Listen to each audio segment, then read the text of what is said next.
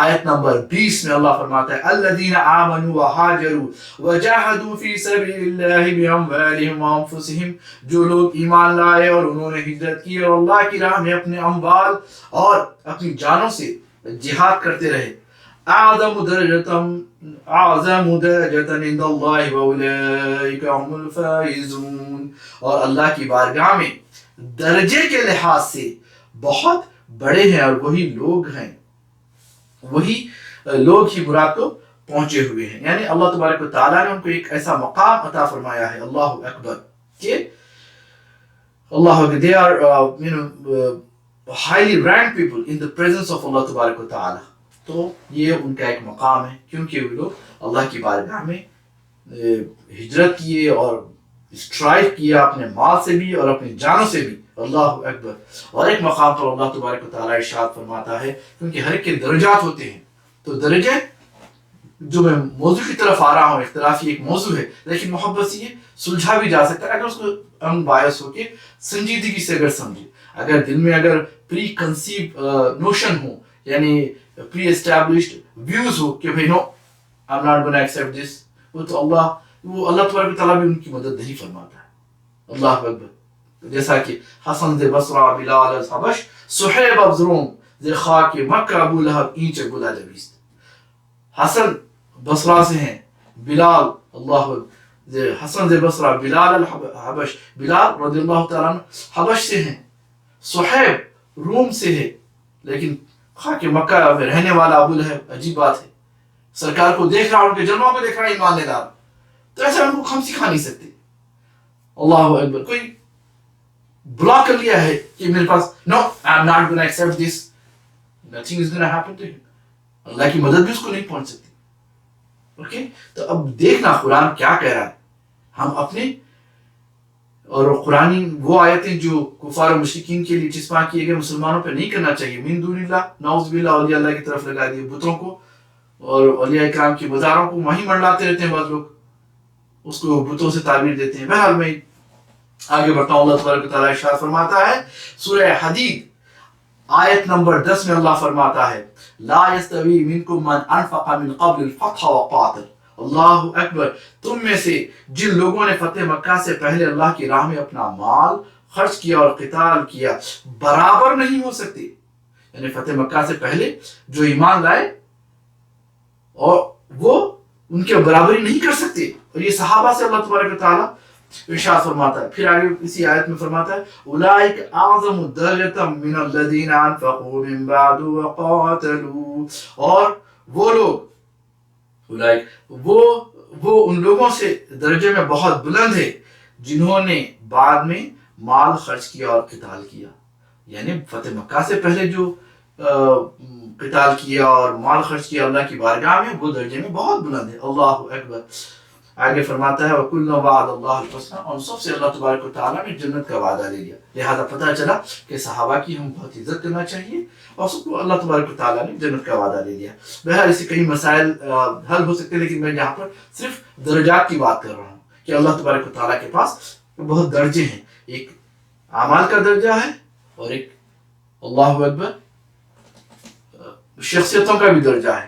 اور انبیاء کرام میں جو سب سے افضل ہے، صحابہ میں بھی درجہ بندی ہے، اور انبیاء کرام میں among the prophets ان میں بھی درجے ہیں. اللہ اکبر. اور سب سے بڑا درجہ ورفع بعضهم درجات میں میرے آقا محمد مصطفیٰ صلی اللہ تعالیٰ علیہ وآلہ وسلم ہے. ان کی ذات پاک تو بہت بلند ہے، بلکہ ان کا نام پاک. اللہ اکبر. اللہ تبارک و تعالیٰ خود فرماتا ہے وَرَفَعْنَا لَكَ ذِكْرَكَ، ہم نے آپ کے ذکر کو آپ کے لیے بلند کر دیا. تو ذات پاک تو بہت بلند ہے، بلکہ ان کا جو ذکر پاک ہے وہ بھی بلند ہے. سبحان اللہ. تو یہ ایک مقام ہے، ایک درجہ ہے اللہ تبارک و تعالیٰ نے دیا ہے. تو یہ صحابہ کا درجہ ہے. تو پتہ چلا کہ اعمال میں درجات ہے جو وسیلے کا اللہ کی بارگاہ میں پیش کیا جا سکتا ہے. اور اولیاء اکرام، انبیاء اکرام ایک درجات رکھتے ہیں، صحابہ اکرام اللہ کے پاس ایک درجات رکھتے ہیں، تو ان کے درجے کا واسطہ دے اللہ اکبر دے سکتے ہیں، جیسا کہ اب اعمال کا دے سکتے ہیں. اب آئیے اور آگے بڑھتے ہیں کہ اللہ تبارک و تعالیٰ یعنی جو وسیلہ اس کی بارگاہ میں پیش کرتے ہیں. کیا ہمارے اللہ تبارک و تعالیٰ عبادت کا محتاج ہے. بعض لوگ کہتے ہیں کہ وسیلے کا محتاج ہے. نعوذ باللہ کہ اللہ ہماری عبادت کا محتاج ہے. استغفر اللہ نہیں، بلکہ ایک وسیلہ ہے اللہ سے قربت حاصل کرنے کا. اور یہ انبیاء اکرام بھی ایک وسیلہ ہے. اب اگر حشر دیکھیں گے، حشر کا میدان، اللہ اکبر، بڑی ہولناکی ہے حشر کی. وہاں تو وسیلہ ہی وسیلہ شروع ہوتا ہے. لوگ جائیں گے حضرت آدم کے پاس، مشہور حدیث ہے. حضرت آدم فرمائیں گے مجھے میری خطا یاد آ گئی. حضرت نوح کے پاس جائیں گے، حضرت ابراہیم کے پاس، طویل حدیث ہے. پھر آخر میں اللہ اکبر حضرت عیسیٰ علیہ السلام حضرت آقا دو جہاں کی طرف سب کو توجہ دلائیں گے کہ وہاں جاؤ، بگڑی بننے والی ان کے دربار میں ہے. میرا آقا دو جہاں محمد مصطفیٰ صلی اللہ تعالیٰ علیہ وآلہ وسلم فداک ابی و امی یا رسول اللہ، اپنے دامن میں سب گناہ گاروں کو سمیٹیں گے اور اللہ کی بارگاہ میں ان کی شفاعت کریں گے. سبحان اللہ، من ذا الذی یشفع عندہ الا باذنہ، کون ہے بغیر اس کے اذن کے، بغیر اس کی اجازت کے اللہ کی بارگاہ میں شفاعت کرے. یعنی وہ جو آتھرائزڈ ہیں، جن کو اللہ تبارک و تعالیٰ نے اتھارٹی دے دی کہ وہ اللہ کی بارگاہ میں سفارش کر سکتے ہیں. اللہ اکبر، اس میں کوئی شک ہے؟ شفاعتی لأہل الکبائر من امتی، میرے آقا فرماتے ہیں. بلکہ مدینہ منورہ میں جب سرکار کے موالد شریف کہ ہم ارد گرد پھرتے ہیں تو یہ حدیث دیکھتے ہیں. اللہ اکبر، ایک سبحان اللہ مجدہ جان فضا میرے آقا دو جہاں سرور عالم صلی اللہ علیہ وسلم پر ہماری جان و مال قربان ہے. تو یہ ایک چوتھے جلدی کا جو وسیلہ جو شخصیات کا ہے، اس میں دیوبندی اور بریلی کا بھی کوئی اختلاف نہیں ہے. اس میں کوئی اختلاف نہیں ہے. بس اس میں چونکہ کیا کہنا چاہیے، مگر چونکہ وہابیہ سے ان کو فنڈنگ ہونے لگی ہے تو وہ لوگ بھی دنیا کی خاطر اپنے اکابر کو بھی مشرک بنا رہے ہیں. خیر میں اختلافی کرتا نہیں بات، لیکن چونکہ بات نکل رہی تو عرض کر رہا ہوں. تو انشاءاللہ تبارک و تعالی ہم اس کو اور کنٹینیو کرتے ہیں بعد میں. انشاءاللہ تعالی اگلے جمعہ اس کو ہم کنٹینیو کریں گے اور بہت سے اس میں باتیں آئیں گی تو ہم انشاءاللہ عرض کریں گے. اللہ تبارک و تعالیٰ سے دعا ہے کہ اللہ دنیا اور آخرت میں ہمیں حضور صلی اللہ علیہ وسلم کے سائے میں رکھ، ان کے وسیلے سے یا اللہ ہمارے ایمان میں زیادتی عطا فرما، ہمیں دینی و دنیاوی سعادتیں اور وجاہت نصیب فرما. یا اللہ یا رحمان یا رحیم یا ذو الجلال والاکرام. یا اللہ دوران تفسیر اگر کوئی غلطی ہو جائے میرے مالک ہے تو میری اپنی ہے، میں گناہ گار بدکار سیاہکار ہوں. یا اللہ اگر کوئی غلطی ہماری، میری یا ہم سب کی یا اللہ جو آپ کی نظر میں ہوں یا مخلوق کی نظر میں آ گئی ہوں یا میرے مالک تیری نظر میں ہو یا ہماری اپنی نظر میں ہو، تو اپنے ذمہ کرم پر لے کر معاف کو فرما دے، کرم فرما، فضل فرما، رحم فرما. آمین بجاہ النبی الامین و بحرمت الشیخ عبد القادر الجیلانی. وما علینا الا البلاغ.